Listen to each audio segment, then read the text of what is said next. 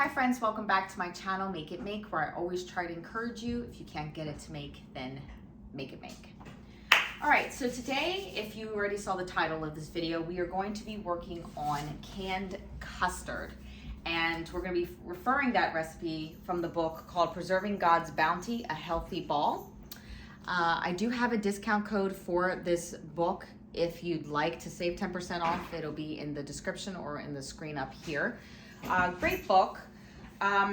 But one of the things that I stumble upon often in authentic Amish books is that sometimes, every once in a while, they leave certain directions out.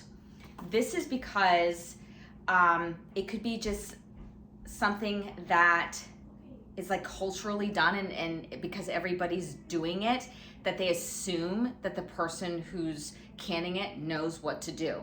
So I had a question about this recipe because it just didn't sit right with me. Just from experience and knowing how to can, there was just something about this recipe that I was like, I need to call the author and make doubly sure I know what's going on before I go ahead and show you guys how to do it. It's gonna be 1 cup of milk, 1 cup of cream, 5 eggs. Let's just get straight to the point.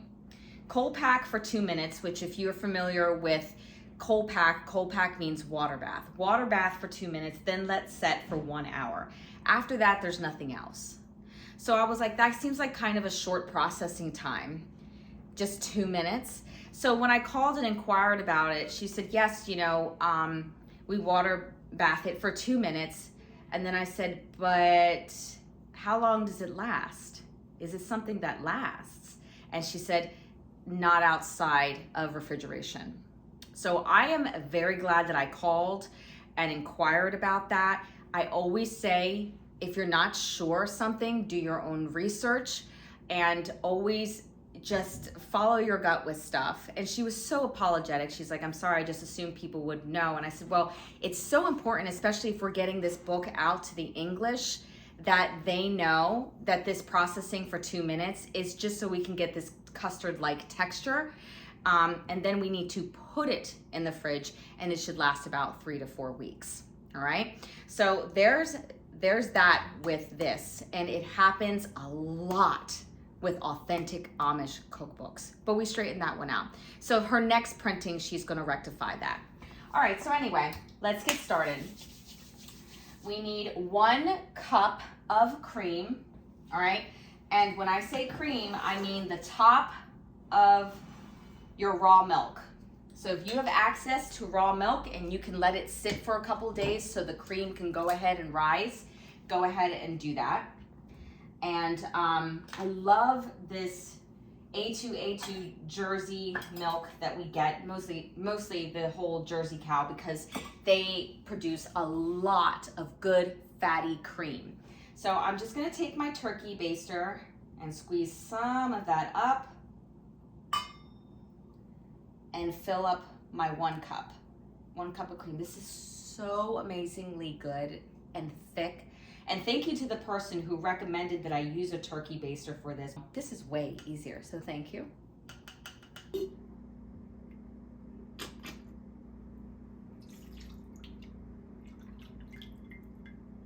Okay, and that's 1 cup.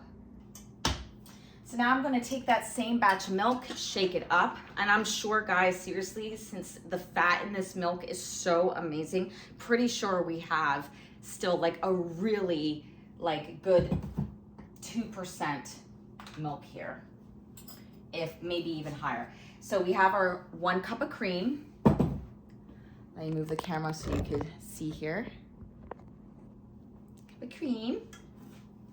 And then we're just gonna add our 1 cup of regular milk.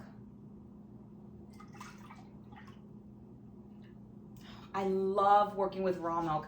I know that may sound like annoying to some people, but it is liquid gold, especially with all the things that you can make with it. So we're gonna put that to the side for now. Grab another large serving bowl, and we're gonna add 5 eggs. Let me tell you, I want to say thank you so much to my egg dealer who provides us these beautiful farm fresh rainbow eggs. So 5. And when I'm doing recipes like this for cookies, for basically any type of baking, I like to have my eggs at room temperature. I think it's just because I feel like things just turn out way better in mixing and in mixing, especially with mixing and in baking. So we got 4 and 5. And I'm so proud of her because the woman that I get eggs from, because her chickens weren't doing so well for a while, but man, did she nurse them back to health and really work on giving them more calcium. I'm living vicariously through her because I want chickens so bad. I know way too much about chickens without even having chickens, and eggs. I know way too much about eggs. Like, I just love eggs and talking about it. I'm certainly not the person you want to talk to at a party because nobody wants to talk about chickens. Nobody wants to talk about, you know, eggs and why they're so awesome and how they're so good for you, and, you know, the bloom and what we do in the industry and why they shouldn't be refrigerated. I could just go on and on, seriously. So, all right, with our 5 eggs, we're just going to, as you can see, mix them up just like this. So we have 1 teaspoon of vanilla, the homemade vanilla. This is the one my friend gave me. Ours is not ready yet. So 1 teaspoon of that. It smells so good. There's just nothing like homemade vanilla. And then we're gonna add a 1/2 cup of maple syrup. So recently we've been on this journey to try to replace refined sugars with more natural sugars. And I've always been depending on honey for that. But recently we've embarked on really just getting some maple syrup. And boy, this thing right here, that is right here, 20 bucks. 20 bucks. I'm like, it's worth it. It's worth it. And it's real maple syrup, 100% real maple syrup. And I love it. I use it on so many things. There's some other things I want to bring you guys up to speed of what's been going on in our house as far as health-wise. Okay, so a 1/2 cup of that. Once again, let's mix this nice and good. See, it's a darker color because we added the maple syrup. It's a beautiful, nice thickness to it. Cinnamon, it's so funny. It just says cinnamon. There's no measurements, which I think is great because I was gonna be like, I don't care how much cinnamon they say, I'm gonna put however much I'd like. So you could put cinnamon in this batch, like in it, like right now as I'm stirring it. You could do it like that, or you could just add it on top later, or both. Either one, it doesn't matter. But I'm gonna do both, I think. So anytime I work with dairy, I like to work with a non-reactive pan, which is like stainless steel or glass. And we're gonna put this on very low because what we wanna do is bring our milk and our cream mixture up to 110 degrees. All right, and that's gonna happen pretty fast. Getting to 110 degrees is gonna be really fast. Don't worry if you go over a little. I mean, I don't want you to scorch it. We just wanna warm it up a bit. Okay, we're at like 112 degrees, which is fine, I'm not worried about it. So to that, I'm gonna make sure I whisk up our eggs, cinnamon, and our maple syrup.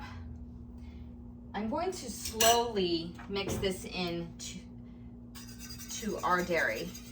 Just slowly mix it in. Nothing fast about it. Take your time. Just slowly mix it in. And the heat is off. This reminds me of a dessert that Hispanics make that I grew up eating in my culture is flan, except there's not that caramelized sugar. I almost want to try to make it where I can do that because a flan is just so good. Let me know if you're interested in flan, because it's like a coconut custard with a caramelized glaze, and it is just so good if you like the a custard texture. So again, just slowly adding. Just take your time, no hurry. Put love in your cooking.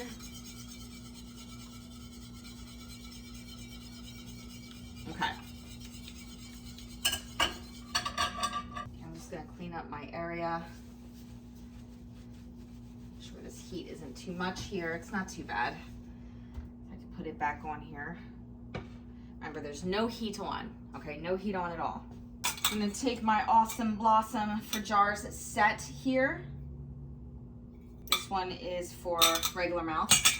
And I am going to use the strainer. I like using a strainer anytime I made like a flan or something like that, I always like to strain it, hands down. Let me show you what I'm doing here. And then we're gonna start ladling this in. Maybe I'm being impatient here, but that little gravy spoon I was working with earlier is just not doing the trick. And I'm gonna be filling this up real high. With this recipe, it does not seem that the headspace is something to really be concerned about, because we are only going to be processing this for 2 minutes, purely to help this with texture and to make it a custard, and then it's going to be refrigerated, okay? So I don't think the headspace is anything of a concern with this particular recipe.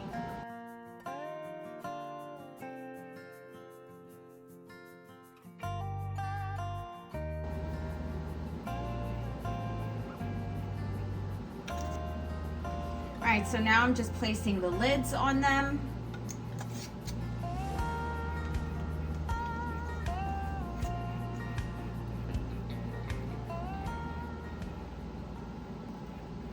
I didn't feel the need to put any cinnamon on top of it, because I mean it seemed like it was just completely fine in regards to cinnamon. We had enough. All right, we have our water here. Made sure it was warm, just like the custard is warm. And I'm just gonna put in our jars. And I only need this to water bath for 2 minutes. So once again, rolling boil, starting your time at a rolling boil for 2 minutes. After you take it out, I want to make sure you guys can see this. Looks like it's solidified a little bit.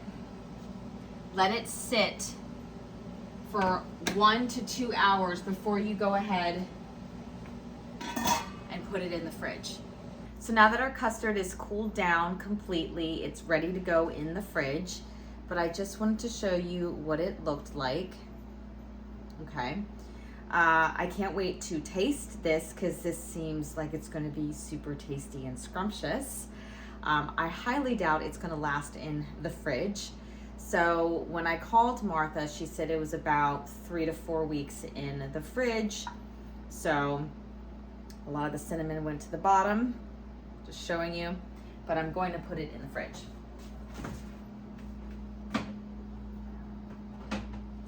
Dessert, and a healthy one at that, Anyway, guys, I hope you really enjoyed this video. As always, take care and God bless.